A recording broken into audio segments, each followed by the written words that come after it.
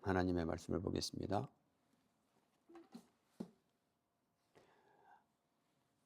마태복음 26장 36절에서 46절까지, 그리고 누가복음 22장 39절에서 46절까지.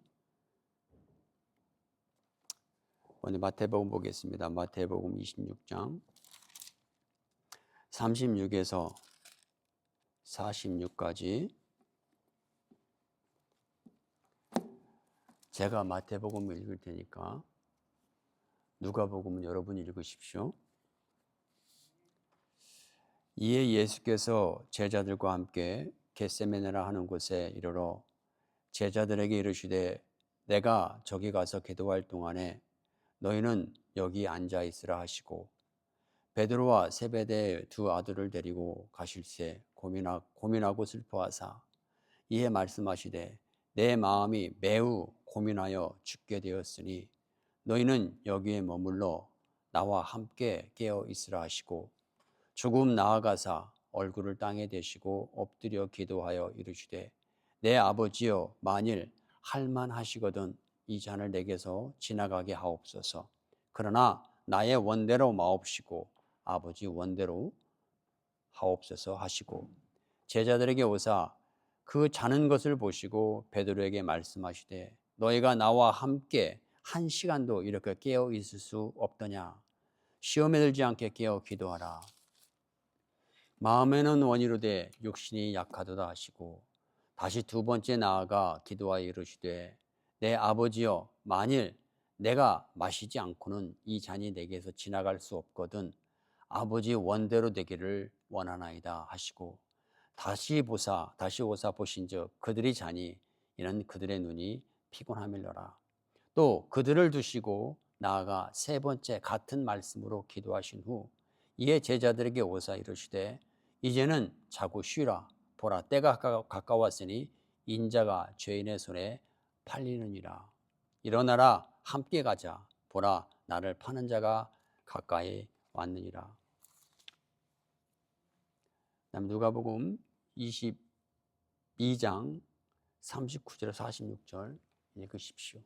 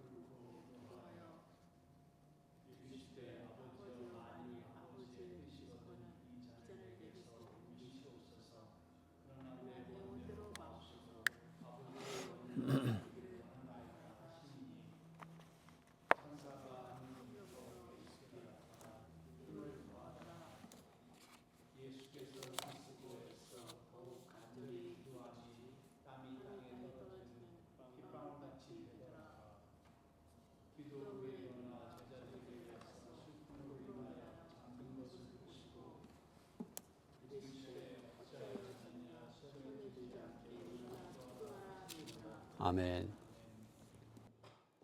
하나님 감사합니다.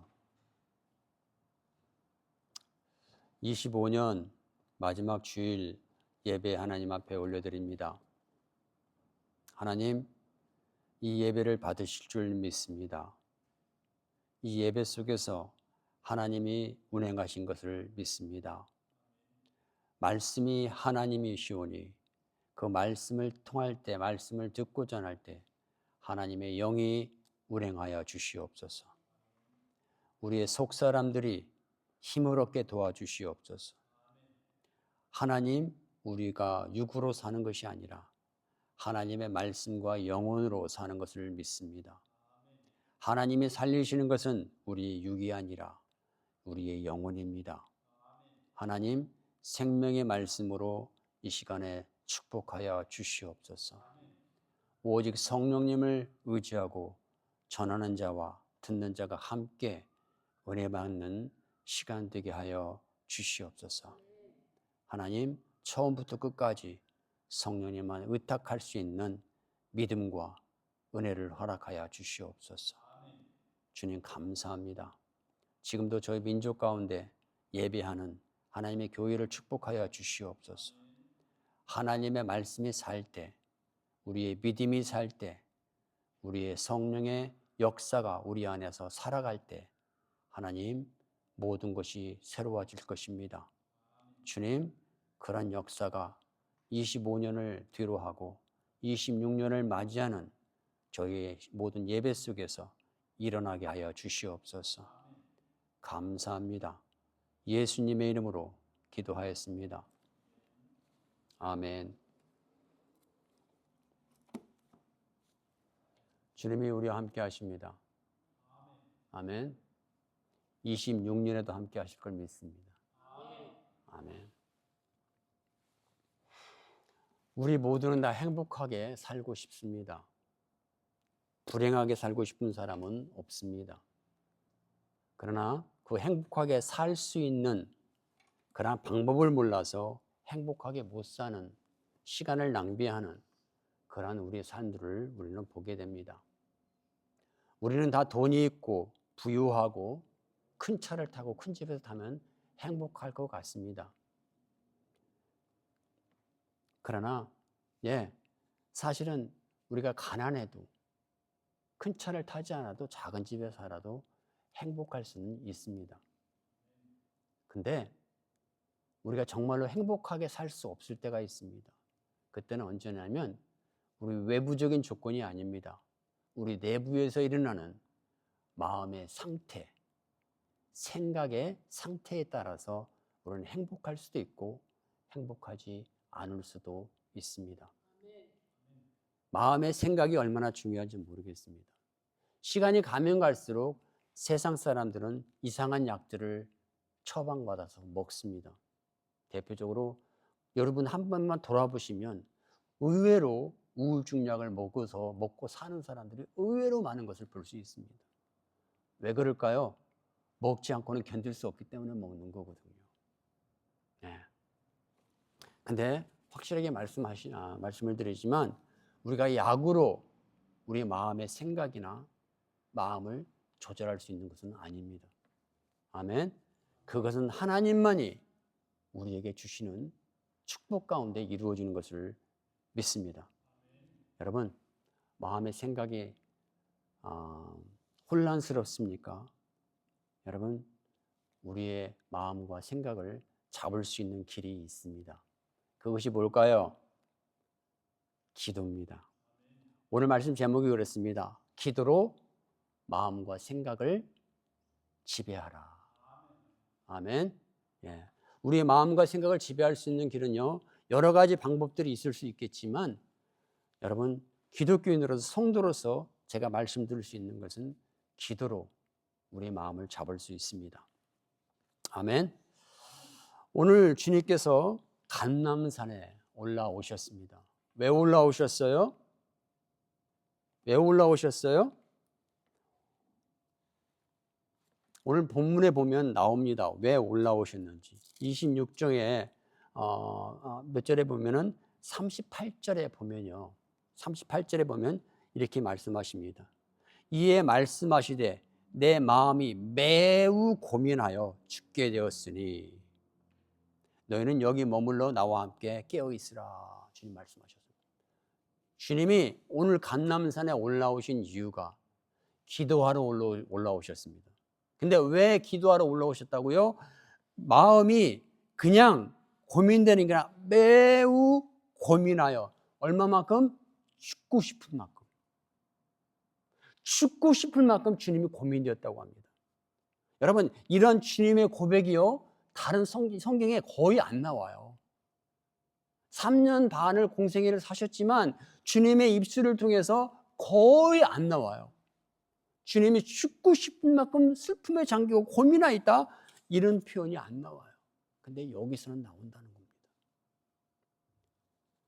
우리가 신앙생활 할 때 가끔씩 기도원에 올라가죠.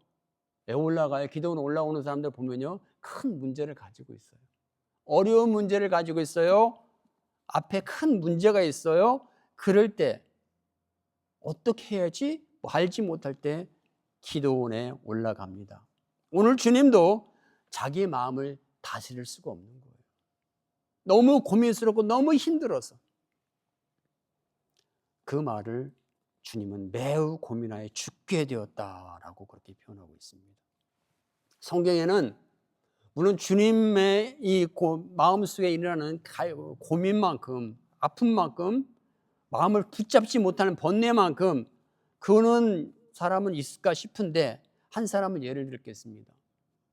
요셉이라는 사람이 있었습니다. 이 사람은 결혼할 나이가 돼서 이제 약혼을 합니다. 마리아는 여자와 정혼을 하게 되죠. 그러나 동거는 하지 않고 일단 약혼을 합니다. 약혼을 하고 따로따로 자는 거죠. 근데 갑자기 자기 약혼녀의 배가 불러 올라옵니다.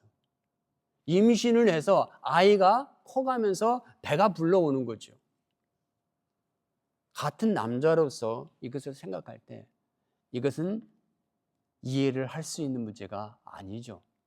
이성보다도 감정이 올라오는 것이고, 이 문제를 어떻게 합니까? 처녀인 줄 알고 약혼을 했는데 그 처녀 뱃속에서 아이가 자라난다? 이 요셉의 생각은요 아주 복잡했습니다. 그러나 성경은 이 요셉을 뭐라고 표현하고 있냐면 의인이라고, 의로운 자라고 표현하고 있어요. 모르겠습니다. 의로운 자라고 표현해서 그런지 모르겠지만 요셉이 자기 약혼녀의 배에서 아기가 태어 올라오는 것, 커가는 것을 보고서 요셉이 어떤 생각을 합니다. 어떤 생각을 하냐면 이제 파혼할 생각을 하는 거예요. 근데 요셉은 마리아를 생각하고 있어요. 마리아가 상처받지 않게. 왜? 이것을 소문이 나게 되면 어떻게 되겠까요? 마리아한테 큰 데미지가 먹을 수 있거든요. 그냥 조용하게 이것을 끝내려고 이 요셉은 결단을 해요, 마음속으로. 근데 어느 날 요셉이 꿈을 꿔요. 꿈속에서 천사가 나타나게 됐고, 천사가 요셉에게 말합니다. 요셉아, 너는 이 약혼녀 마리아를 데려오는 것을 두려워하지 마라. 왜냐하면 네 약혼녀 배에서 자라고 있는 아이는 남자로 인하여 임신한 것이 아니라 성령으로 인하여 임신하였다. 너는 그녀를 데려오는 걸 두려워하지 말아라 라고 합니다. 여러분, 이 요셉이 천사의 꿈을 꾸고 천사가 하는 말을 들었을 때가 언제입니까? 그때는 언제냐면요, 마태복음 2장 20절에 보면 이런 말씀입니다. 요셉이 이 일을 생각할 때, 이 일을 생각할 어떤 일이에요? 마리아가 임신을 했고 마리아의 이것을 파혼하고 조용하게 끝내려고 생각하고 고민하고 있을 때라는 뜻이에요. 여기 이 일을 생각하고 있을 때라고 하는 것은 뭡니까? 요셉이 이 문제를 인해서 기도하고 있었다는 거예요. 하나님 앞에 어떻게 해야 될지 알지 못하고 고민하고 기도하고 있을 때 하나님의 천사가 그에게 나타나 말을 했다는 것입니다. 여러분, 우리 마음속에 일어나는 번뇌, 고민, 아픔, 화, 분노, 이런 것들은 스스로 없어지는 게 아닙니다. 이것은 저절로 왔다가 저절로 없어지는 게, 시간 간다고 없어지는 게 아니에요. 이것은 여러분 오직 기도할 때 우리 마음속에 일어나는 모든 불협화음들이 사라지는 것입니다. 물러가는 것입니다. 아멘 하십시오. 여러분, 한국 사람들은요 밥을 먹잖아요. 밥을 먹을 때 꼭 챙기는 게 있습니다. 숟가락, 젓가락을 챙겨요. 왜냐하면 한국 음식은 뜨겁고 국물이고 그렇기 때문에 숟가락, 젓가락이 있어야 먹습니다. 다른 나라 얘기는 아니고요. 한국 사람은 그래요. 제가 왜 이야기를 드리느냐, 성도에게 기도라고 하는 것은 마치 우리가 밥 먹을 때 필요한 숟가락, 젓가락 같은 거라고. 꼭 필요합니다. 숟가락, 젓가락 쓰면 우리가 입에 밥을 먹질 못해요. 성도는 반드시 기도해야 되는 거예요. 기도는 옵션이 아니에요. 선택이 아니에요. 기도는 필수입니다. 아멘. 우리가 말씀 보는 것도 좋고요. 묵상하는 것도 다 좋아요. 그러나 그 어떤 것보다 중요한 것은 기도인 줄 믿습니다. 저희가 하나님이 중매를 서서 제 아내와 결혼을 했어요. 6개월 정도 아마 연애를 했던 것 같습니다. 예, 정말 천사더라고요, 제 눈에. 정말로 천사고, 야, 이런 여자가 있나? 하면서 이제 결혼하기로 했죠. 그리고 결혼했잖아요. 결혼했는데 하나님의 중매를 썼음에도 불구하고 많이 싸웠어요. 얼마나 많이 제 기억에는 딱 3번 진짜 크게 싸웠던 것 같아요. 여기서 크게라고 하는 것은 이혼이라는 단어가 생각날 만큼 싸웠던 것 같아요. 근데 제게 항상 부부싸움 하고 날 때마다 이 습관적으로 제가 취하는 행동이 있습니다. 일단 나가요. 나가야 싸움이 안 되니까. 일단 화를 막 끓어오는 화를 안고 같이 있을 수 없으니까 밖으로 나가요. 차 키를 가지고 나갑니다. 그리고 항상 제가 가는 곳은 어디냐면 다른 게 아니에요. 교회예요. 갈 데가 교회밖에 없더라고요. 누구한테 이 사정을 얘기를 해요. 가면서 어떤 마음이냐면 이 아내에 대한 이 분과 화가 막 끌어올리면서 막 보고 싶지도 않고 막 밉고 막 그런 마음으로 가요. 아직도 기억이 나네요. 한번 진짜 낮에 싸웠었어요. 그때 이제 제가 순복이 다녔는데 그 순복이 가면 기도처가 있어요. 개인 기도처가 있는데 그 개인 기도처 가가지고 막 하나님 앞에 하나님 어찌하여 저런 여자를 저한테 주셨습니까? 저런 자매인 줄 알았으면 결혼 안 했죠. 막 하는 뭐 열받아가지고 혼자 막 하나님 앞에 한풀이 하듯이 하고 있는데 하나님께서 갑자기 그러시더라고요. 너니까 줬다. 그렇게 말을 해요. 할 말이 없더라고. 너니까 줬다. 그러니까 내가 누군지 모르겠어요. 너니까 줬다고 하는데 하나님이 좋은 뜻으로 저한테 말한 것 같은데 해석이 안 되는 거예요. 그러면 계속해서 기도를 합니다. 기도를 하는데 제 경험상, 개인적인 경험상은 그래요. 하나님께서 마음속으로는 막 다시는 보고 싶지 않고, 그런 그런 여자인 줄 알고 막 한풀이 하는데 하나님께서 한 번도 제가 그렇게 싸울 때마다 가서 기도할 때마다요 저에게 보여주신 것은요 미워하는 아내의 나쁜 점이 아니에요. 아내가 한 어떤 말이 아니에요. 아내가 화를 내고 같이 싸우게 된 동기 속에서 제가 한 말들이 있거든요. 그럴 때는 교회까지 올 때는 막 그것에 분이 이겨서 막 화가 나고 오는데 기도할 때 보면 항상 하나님께서 저에게 말씀하시는 거 이거예요. 내가 한 말을 되돌아보게 만들어요. 아내가 화를 날 수밖에 없고 왜 저렇게 말을 했고 왜 저렇게 말을 받았고 이런 모든 것들 속에 내가 한 부분들에 대해서 생각나게 하면서 내가 안 해더라도 내가 저런 말을 내가 들었을 때 나도 화가 나겠구나. 이렇게 하나님께서 이렇게 말씀하세요. 항상 제가 한 말 중에 제가 잘못한 부분들을 생각나게 하시더라는 거예요. 내가 이렇게 말했구나. 이렇게 말했으니까 내가 여자라도 기분이 나쁘겠구나. 이렇게 항상 이해가 됐습니다. 그러니까 그렇게 한두 시간 하나님 앞에 막 하다 보면 이제 하나님께서 제가 들은 말이 있잖아요. 그럼 저도 마음이 쭉 가라앉아요. 그러면서 이제 갈 데가 없어요. 집 밖에. 그 보기 싫은 사람을 보러 가야 돼요. 근데 하나님께 들은 얘기가 있잖아요. 그러니까 다시 집에 들어갈 수 있는 용기가 생겨요. 그럼 문역으로 딱 들어가면요. 저를 딱 보자마자 딱 얼굴을 돌립니다. 열받았다는 거죠. 근데 제가 다가가요. 다가가면서 알죠? 화난 거 알죠? 근데 제가 항상 그렇습니다. 여보 미안해. 내가 잘못했어. 놀라운 것은 기도하고 하나님께서 들려준 그 말 속에 내가 아내 앞에 다시 서서 사과할 수 있고 먼저 사과할 수 있고 손을 내밀 수 있는 용기가 생기더란 얘기예요. 이게 기도의 능력이에요.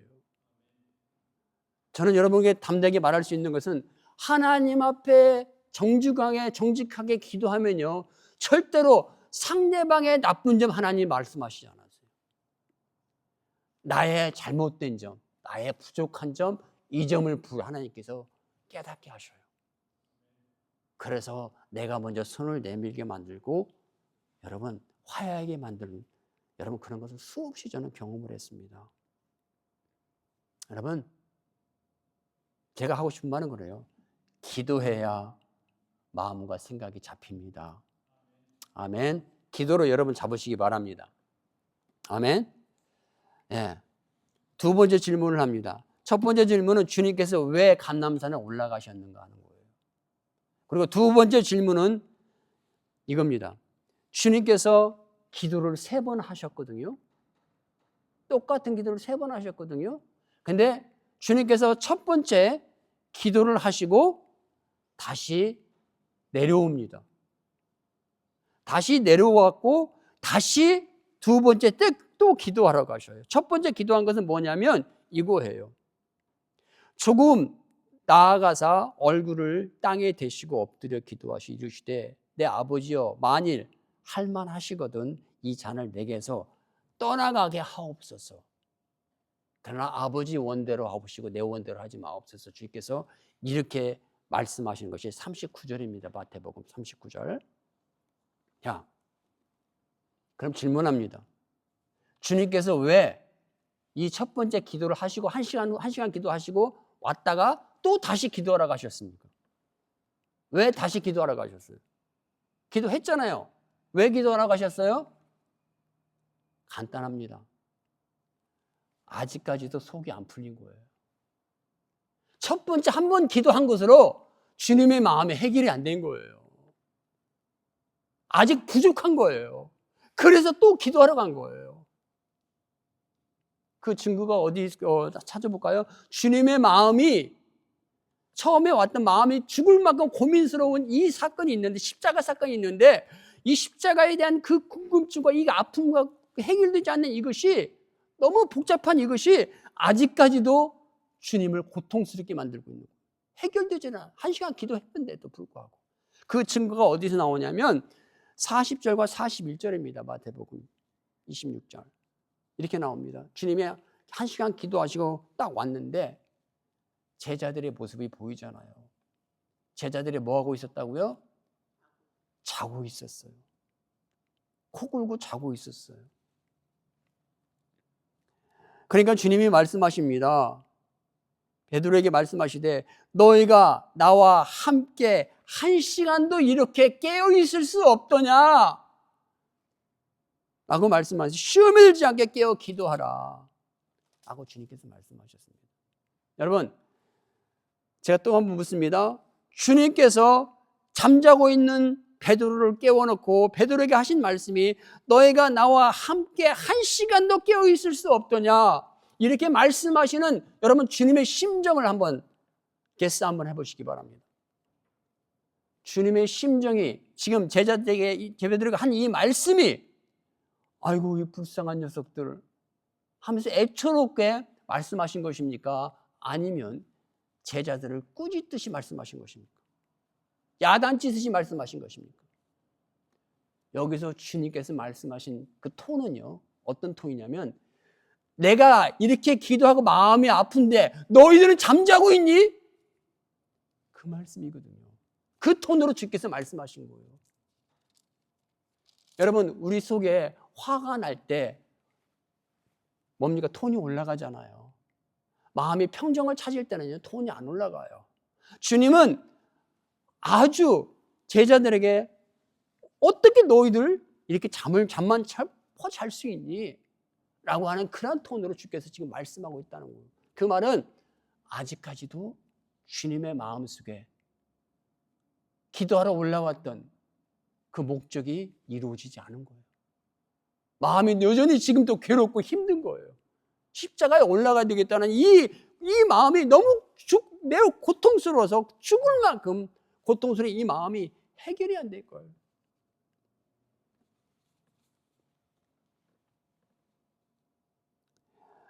그래서 주님은 다시 기도하러 올라가십니다.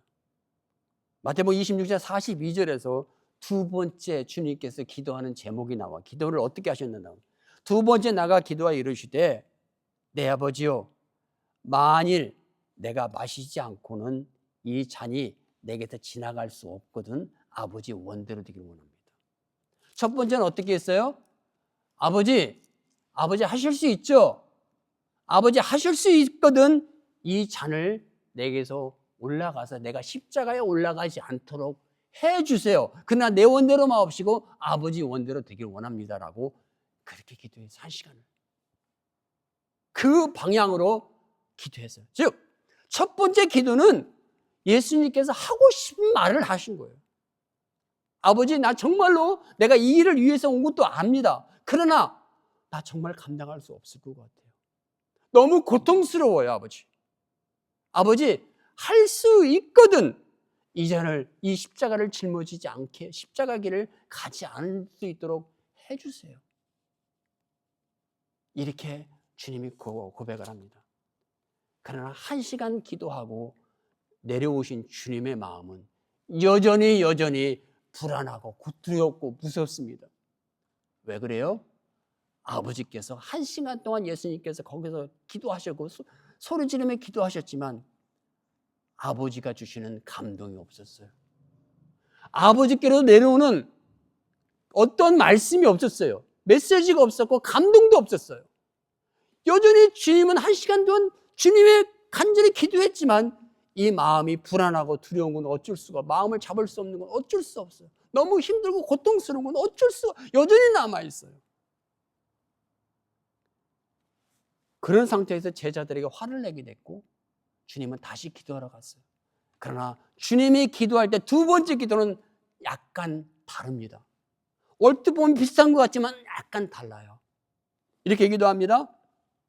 아버지요 만일 내가 이 잔을 마시지 않고는 이 잔이 내게서 지나갈 수 없다면 아버지의 원대로 되기를 원합니다라고 말해요.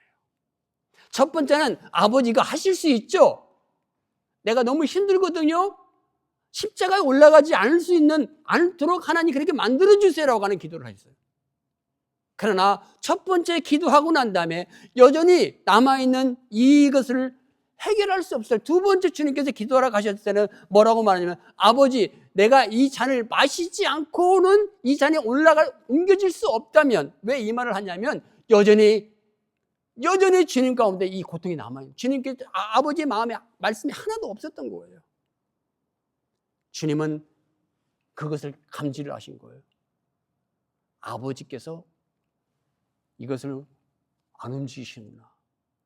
아버지의 뜻 가운데로 뭐랍니까? 아버지 내가 이것을 마시지 않고는 이것이 지나갈 수 없다면 내가 마셔야만 된다고 한다면 내가 십자가에 올라가야만 된다고 한다면 그것만이 길이라면 아버지 그렇게 해주세요. 주님은 그렇게 바꿔요. 다시 말해서 첫 번째 기도에서는 자기가 하고 싶은 자기가 원하는 것을 아버지 앞에 선포하듯이 기도했다면 두 번째 기도에서는 주님은 아버지의 뜻을 헤아립니다. 첫 번째 기도의 경험을 통해서 아버지의 뜻을 조금 더 아버지 입장에서 생각을 해요. 그래서 주님, 아버지 이것을 내가 가야만 한다면 갈게요. 가야만 한다면 받아들일게요. 하면서 바꾸는 거예요. 주님은 첫 번째 기도에서는 자기의 원하는 것을 선포하듯이 했지만 두 번째는 아버지의 뜻 앞에 아버지의 계획 앞에 자신의 뜻과 자신의 의지를 내려놓고 아버지의 뜻에 동의하고 있다는 거예요. 아버지의 뜻 앞에 자기의 뜻을 동의하자 놀라운 일이 생깁니다. 놀라운 일이 생겨요. 누가복음에 보면은요. 주님께서 아버지 이 잔이 내게서 내가 마시지 않고는 지나갈 수 없다면 내가 아버지 원대로 하기를 원합니다. 라고 주님께서 그렇게 고백하자. 누가복음 22장 43절에서요. 갑자기 이렇게 나와요. 천사가 하늘로부터 예수께 나타나 힘을 더하더라. 자신이 그렇게 자기의 뜻만을 하나님 앞에 고백하고 그렇게 해달라고 기도했을 때 하나님이 끄떡하지 않던 하나님이 아버지의 마음을 잠깐 헤아려서 자신의 뜻을 내려놓고 자신의 뜻을 하나님의 아버지의 뜻에 맞추고 동의하니까 갑자기 하늘에서 천사가 내려와서 이 예수님의 기도를 도왔다는 사실인 거예요. 저는 여기서 천사를 성령으로 봅니다. 아버지의 뜻 앞에 동의하니까 성령이 내려와서 여러분 예수님을 기도를 도왔다는 사실이에요. 그렇게 기도하고 어떻게 도왔습니까? 성령이 내려와서 예수님을 돕고 있으니까 예수님께 44절에 이렇게 나옵니다. 예수께서 힘쓰고 애써 더욱 간절히 기도하시니 땀이 땅에 떨어짐에 핏방울이 되더라.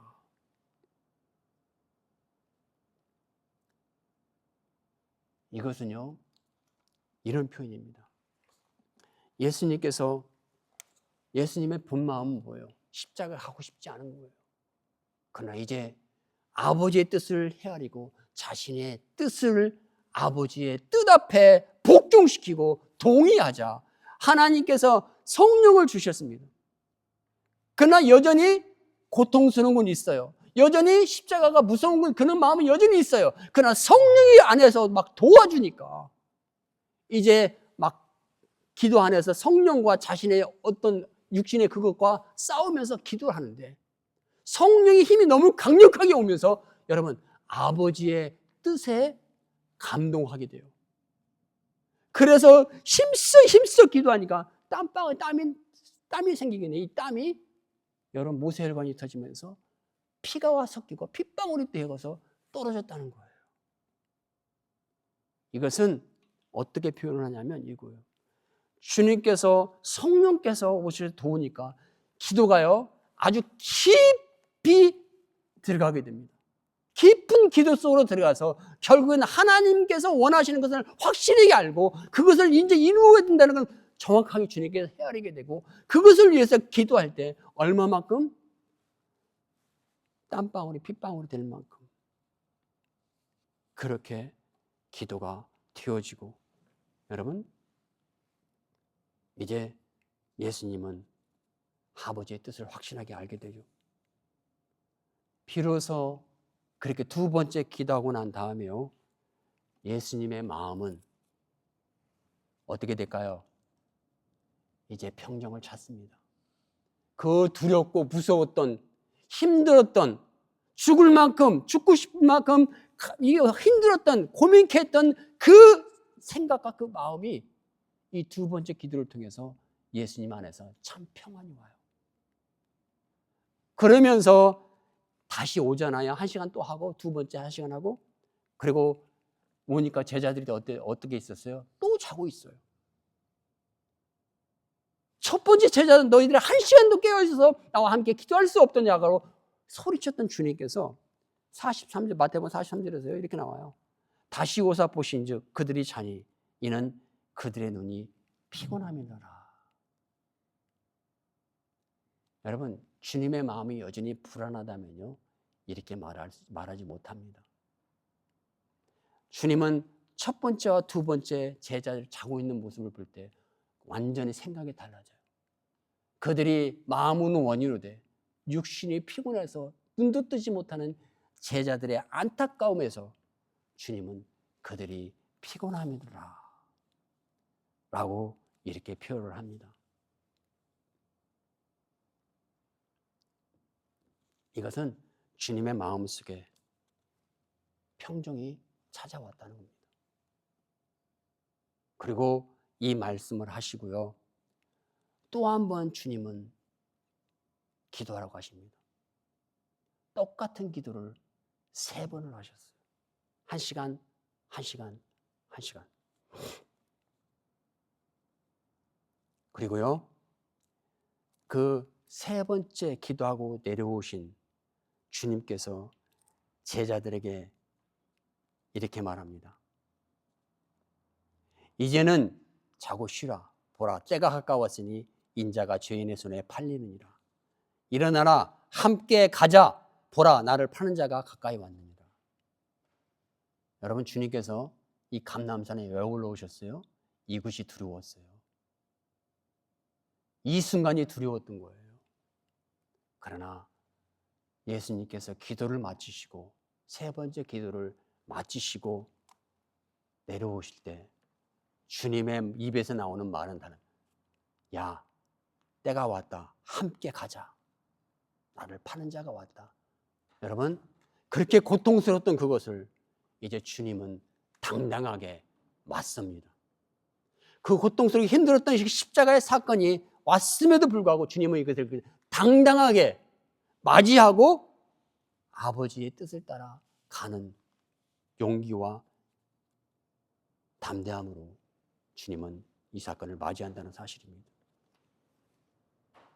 여러분, 주님께서 주님의 마음의 변화는 어디서 일어났습니까? 기도 속에서 일어났습니다. 우리가 기도할 때 놀라운 하나님의 위로와 남들은 알지 못하는, 나만 들을 수 있는 하나님의 지혜가, 하나님의 해답이 임하는 것을 믿습니다.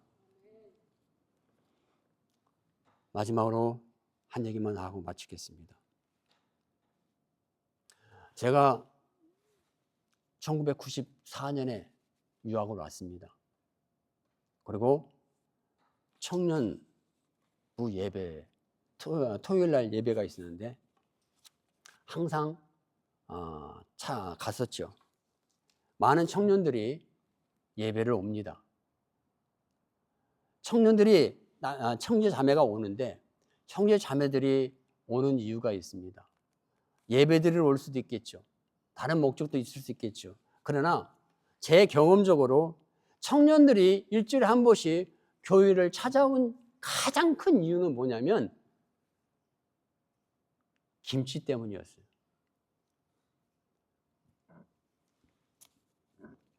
우리가 햄버거 같은 거, 프라이드 치킨 같은 거 좋아하잖아요. 그러나 그렇게 아무리 맛있는 거 좋은 것도 한 번, 두 번, 한 끼, 두 끼, 하루 이틀 맛있을 수 있어요.